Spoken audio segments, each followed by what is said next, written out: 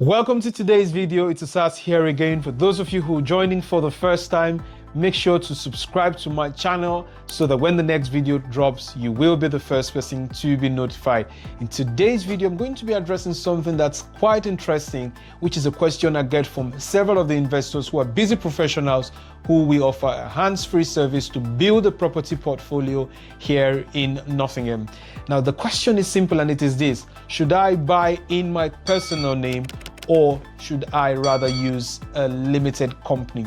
Stick around till the end of this video and you would understand which answer I gave and why I do so. So there are two ways you can buy property for rental purposes, and for the sake of this video, I'm going to be focusing on buy to let. I know there's several of us who stick around and want to get information about buy to live, but this video really is focused on buy to let property. Now, as I said, there are two ways you could buy property. You could either buy it in your personal name, and the second way is to do so through a limited company. Now, for obvious reasons, it might be more pragmatic or simpler to do so in your personal name. That means you avoid all of the paperwork and, filing accounts and all of that kind of arrangements. When you're buying in the personal name, everything looks simple. That's what you think when you look at things from the surface level. Now, if you are aware, there's been several changes to the tax laws regarding property, and that has impacted how people consider which way they want to buy. Now, the first reason I want to talk about, as you would imagine, is what? Tax. Now, which is more tax efficient? I'll speak about this from the angle of being a GP myself and working for several other GPs, health professionals, and professionals across other fields. So many of the investors who we offer a portfolio building service already earn an annual salary that puts them in the 40% tax bracket. What does this mean if they're buying property? It means that every income that's earned through the rent or capital gains will be charged at 40%. That's massive when you compare it to the numbers for a limited company, which we'll get to shortly. So the first reason I'll talk about is tax efficiency. It's way more tax efficient to buy property in and through a limited company than to do so in your personal name, especially if you already earn a salary that's above £50,000 in the UK.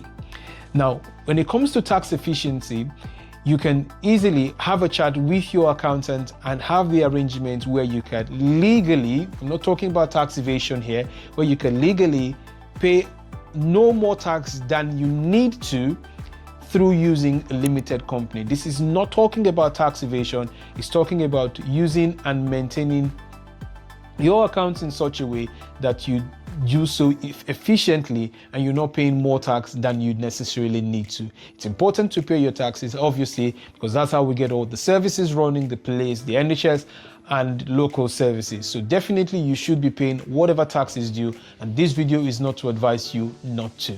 Now, having talked about tax efficiency, the second thing I'll talk about is being able to pass a legacy.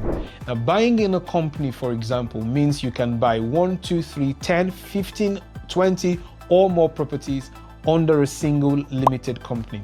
And it's a very tax efficient way of passing down assets to your loved ones or significant others. That means that you can register them as people with significant control, PSC, or register them as directors, and that's a smart way of getting your family to benefit from your assets without transferring the assets. So that's something to give a very long and hard thought when you're looking to buy property here in the UK. So tax efficiency will be the first. The second I will talk about is legacy. The third thing I'll talk about is the paperwork and day-to-day bookkeeping. It's way more efficient when you have all your properties, because I'm expecting that your engagement with this channel means you're looking to build a property portfolio rather than buying 1 or 2 properties. So if you're looking to scale your property portfolio to 10, 15, 20 properties or more, it makes more sense for bookkeeping, accounting purposes, and the general management of your assets to have all of this under one umbrella company, it makes for better management and it reduces your costs overall, rather than buying it and then your assets are scattered all over the place and it's very difficult for you to keep tabs on. Rest assured that if you have all your assets, all your properties registered on the one limited company and you've got an office that looks after all those properties, you don't need an extra set of staff to look after a property because you bought an additional property. It just comes under the same portfolio and the management is more simplified in that way. So never forget, the first is tax reasons, the second is legacy, the third is for bookkeeping properness and how things work out in terms of the arrangement. You spend way less in terms of cost. And there's more to talk about in terms of tax efficiency and several other things in looking at setting up a limited company. The fourth and the last but not the least that I will talk about is in terms of expenses.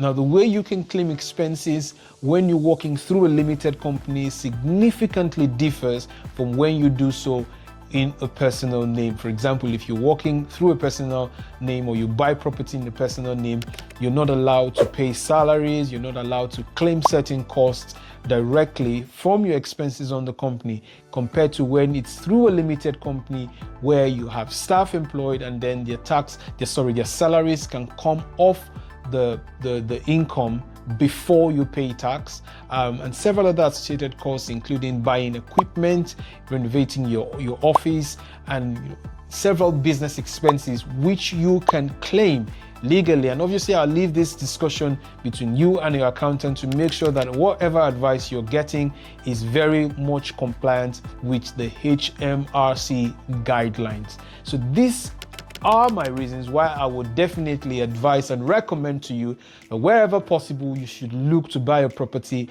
in a limited company rather than in your personal name, especially if you already have a job that pays you a salary.